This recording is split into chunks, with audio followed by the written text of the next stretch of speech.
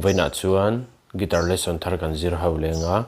vaina kan zir ho le tur chu Stacy Punte in Thihna luiral kalau kaita ti hla sakha guitar Perhdan kan zir ho bang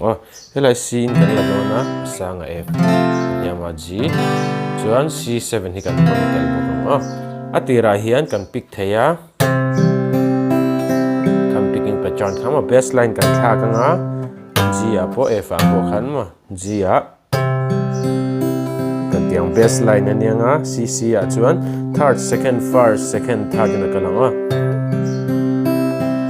bassline third second first second third kana leitak saro puina adang van tak saro puina adang kan na na na na na na na na na na na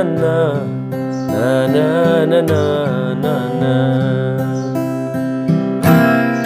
Thihna luira lahan kan strum mga down up kan mga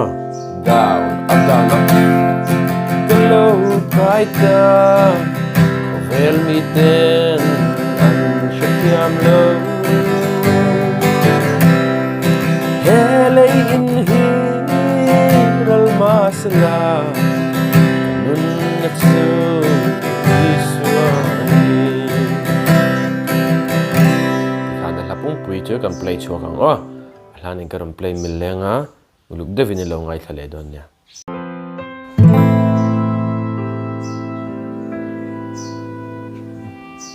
Hãy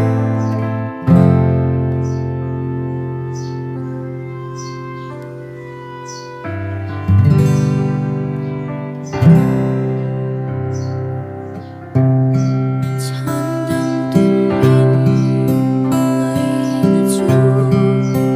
kênh Ghiền Mì Gõ để không bỏ lỡ